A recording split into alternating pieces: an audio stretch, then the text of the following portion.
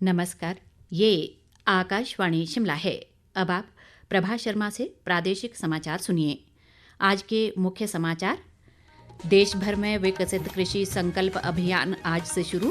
प्रधानमंत्री नरेंद्र मोदी ने कहा, किसानों को दी जाएगी आधुनिक कृषि तकनीकों की जानकारी।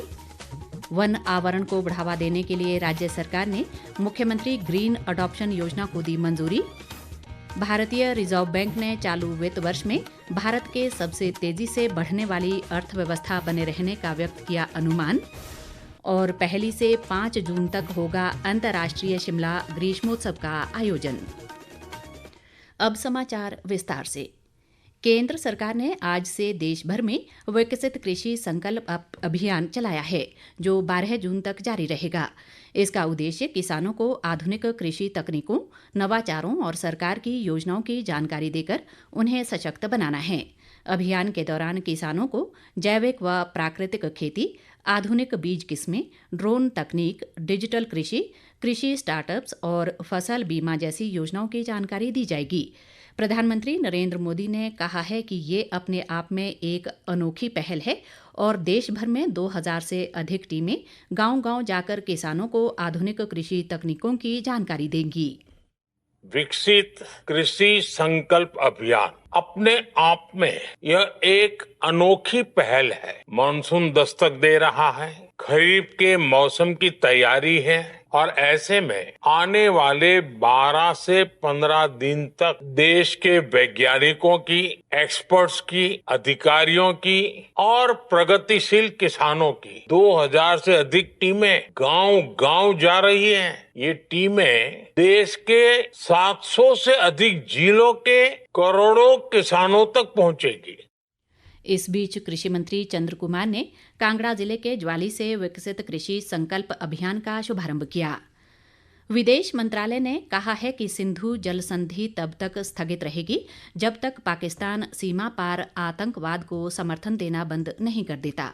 विदेश मंत्रालय के प्रवक्ता रणधीर जायसवाल ने आज नई दिल्ली में पत्रकारों से बातचीत में कहा कि आतंकवाद और वार्ता एक साथ नहीं चल सकते। उन्होंने स्पष्ट किया कि पाकिस्तान को उन आतंकवादियों को भारत को सौंपना चाहिए जिनकी सूची कुछ साल पहले उसे सौंपी गई थी। इंडस वाटर ट्रीटी का सवाल है कि जब तक पाकिस्तान विश्वसनीय तरीके से अपना जो गतिविधि है आतंकवाद को बढ़ावा देने का, उसको जब तक नहीं खत्म करेगा तब तक ये संधि जो है अबेंस में यानी कि स्थगित रहेगा। जैसा कि हमारे प्रधानमंत्री ने कहा अपने वक्तव्य में, और उसको मैं दोहराना चाहूंगा कि आतंकवाद और बातचीत दोनों साथ में नहीं चल सकता, आतंकवाद और व्यापार साथ में नहीं चल सकता और पानी और खून दोनों साथ में नहीं बह सकता। जहां तक आतंकवाद का सवाल है, उस पर बात इस मुद्दे पे होगी पाकिस्तान से कि जो हम लोगों ने आतंकियों का सूची जो दिया था उनको कुछ साल पहले, उनको हमारे हवाले करें। और जहां तक जम्मू कश्मीर का सवाल है, उस पर द्विपक्षीय रूप से ही बात होगी। वो सिर्फ और सिर्फ इस बात पे होगी कि पाकिस्तान अधिकृत कश्मीर कब वो खाली करेगा अपना अवैध तरीके से उस पर जो कब्जा है उसको। राज्य सरकार ने वन आवरण को बढ़ावा देने के लिए मुख्यमंत्री ग्रीन अडॉप्शन योजना को मंजूरी दी है। इसके तहत वन विभाग निजी उद्यमियों के साथ 5 वर्ष की अवधि के लिए एक समझौता ज्ञापन पर हस्ताक्षर करेगा। इसका उद्देश्य वन भूमि पर पौधरोपण कर वन क्षेत्र को बढ़ावा देना है। मुख्यमंत्री सुखविंदर सिंह सुक्खू ने इस वित्त वर्ष के बजट भाषण में इस योजना का उल्लेख किया है। उन्होंने कहा कि इस कार्य में स्थानीय लोगों का सहयोग भी लिया जाएगा।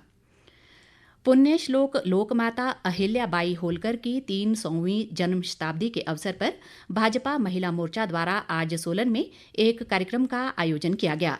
पार्टी के प्रदेश सह प्रभारी संजय टंडन ने इसमें मुख्य अतिथि के रूप में शिरकत की। प्रदेश भाजपा अध्यक्ष राजीव बिंदल और महिला मोर्चा अध्यक्ष वंदना योगी इस मौके विशेष रूप से मौजूद रहे।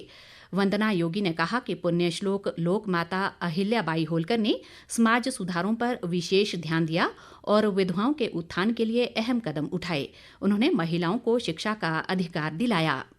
जिन समाज सुधारकों ने, वीर वीरांगनाओं ने हमारे देश के लिए कुछ किया है, उनको भाजपा याद कर, और माँ को याद करने का भी यही एक कारण है कि माँ का जो सदचित्र है, पुण्य श्लोक, यानी कि जो पुत्री हो तो कैसी, पुत्र वधू हो तो कैसी, पत्नी हो तो कैसी, माँ हो तो कैसी, नेता हो तो कैसी, ऐसा जीवन चरित्र जिनका रहा है, ऐसी देवी माँ के सदचित्र से हम बहनें भी प्रेरित हों और समाज हित में अग्रणी भूमिका में रहें। इस नाते इस माँ की जयंती को 21 तारीख से 31 तारीख तक देश भर में भाजपा पूरे जोरों शोरों से मना रही है। ताज़ा समाचारों के लिए आप हमारे Facebook page all India radio news Shimla, x handle @AIR News_शिमला और YouTube channel AIR Shimla news पर लॉगिन कर सकते हैं। प्रादेशिक समाचार आकाशवाणी शिमला से प्रसारित किए जा रहे हैं। भारतीय रिजर्व बैंक ने भारत के चालू वित्त वर्ष में सबसे तेजी से बढ़ने वाली प्रमुख अर्थव्यवस्था बने रहने का अनुमान व्यक्त किया है।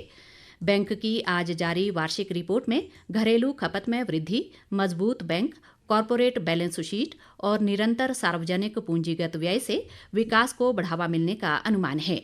अच्छे मॉनसून, वस्तुओं की कम कीमतों और बेहतर आपूर्ति श्रृंखलाओं की सहायता से मुद्रास्फीति में कमी आने की संभावना है। देश के निर्यात को वैश्विक चुनौतियों का सामना करना पड़ सकता है, लेकिन व्यापार सौदे जोखिमों की भरपाई कर सकते हैं। विनिर्माण और निर्माण का विस्तार होने से नौकरियों और मांग में वृद्धि होगी। आज महाराणा प्रताप की जयंती है। वर्ष 1576 में हुए हल्दी घाटी के युद्ध के दौरान दिखाई गई वीरता के लिए महाराणा प्रताप को विशेष रूप से याद किया जाता है। मुख्यमंत्री सुखविंदर सिंह सुक्खू ने कहा है कि महाराणा प्रताप ने अपने जीवन में अनेक चुनौतियों का सामना किया और कभी हार नहीं मानी। उन्होंने कहा कि महाराणा प्रताप ने देश और समाज के लिए एक जिम्मेदार नागरिक के रूप में कार्य किया।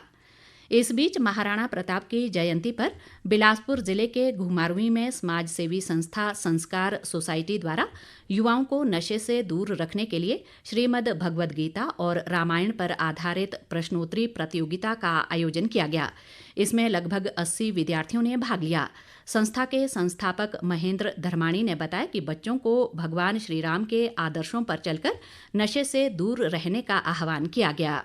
12वीं अगेंस्ट चिट्टा अभियान के अंतर्गत बच्चों को संस्कार के साथ जोड़ करके उनको अपने सामाजिक सरोकारों के साथ जोड़ने का प्रयास और उस प्रयास के माध्यम से बच्चे संस्कारित होकर के इस समाज में नशा मुक्ति के लिए अभियान चलाएं, उसका हिस्सा बने और स्वयं के जीवन को आदर्श राम के जीवन मूल्यों पर चलते हुए सार्थक बनाएं। इस गतिविधि के माध्यम से एक जागरूकता का प्रयास हम सब ने मिलकर के किया।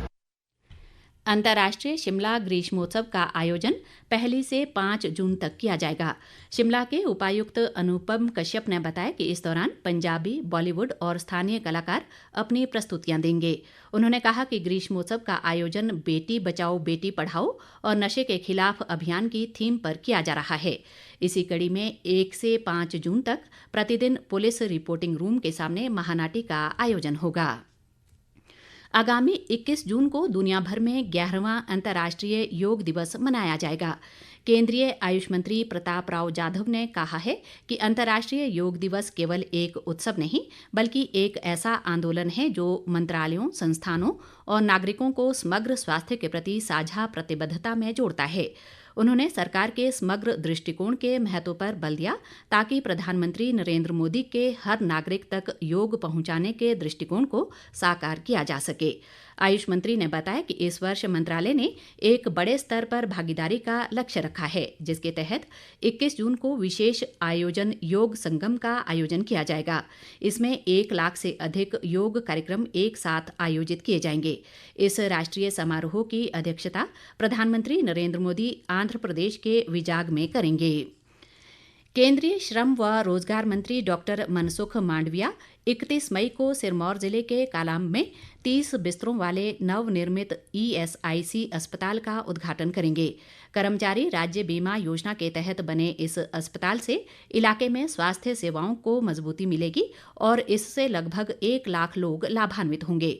मनसुख मांडविया इस मौके पर अस्पताल के निर्माण में योगदान देने वाले श्रमिकों को भी सम्मानित करेंगे। अंत में मुख्य समाचार एक बार फिर। देश भर में विकसित कृषि संकल्प अभियान आज से शुरू। प्रधानमंत्री नरेंद्र मोदी ने कहा, किसानों को दी जाएगी आधुनिक कृषि तकनीकों की जानकारी। वन आवरण को बढ़ावा देने के लिए राज्य सरकार ने मुख्यमंत्री ग्रीन अडॉप्शन योजना को दी मंजूरी। भारतीय रिजर्व बैंक ने चालू वित्त वर्ष में भारत के सबसे तेजी से बढ़ने वाली अर्थव्यवस्था बने रहने का व्यक्त किया अनुमान। और 1 से 5 जून तक होगा अंतर्राष्ट्रीय शिमला ग्रीष्मोत्सव का आयोजन। इसी के साथ ये समाचार बुलेटिन समाप्त हुआ। हमारा अगला बुलेटिन आप सुन सकते हैं कल सुबह 9:20 पर। नमस्कार।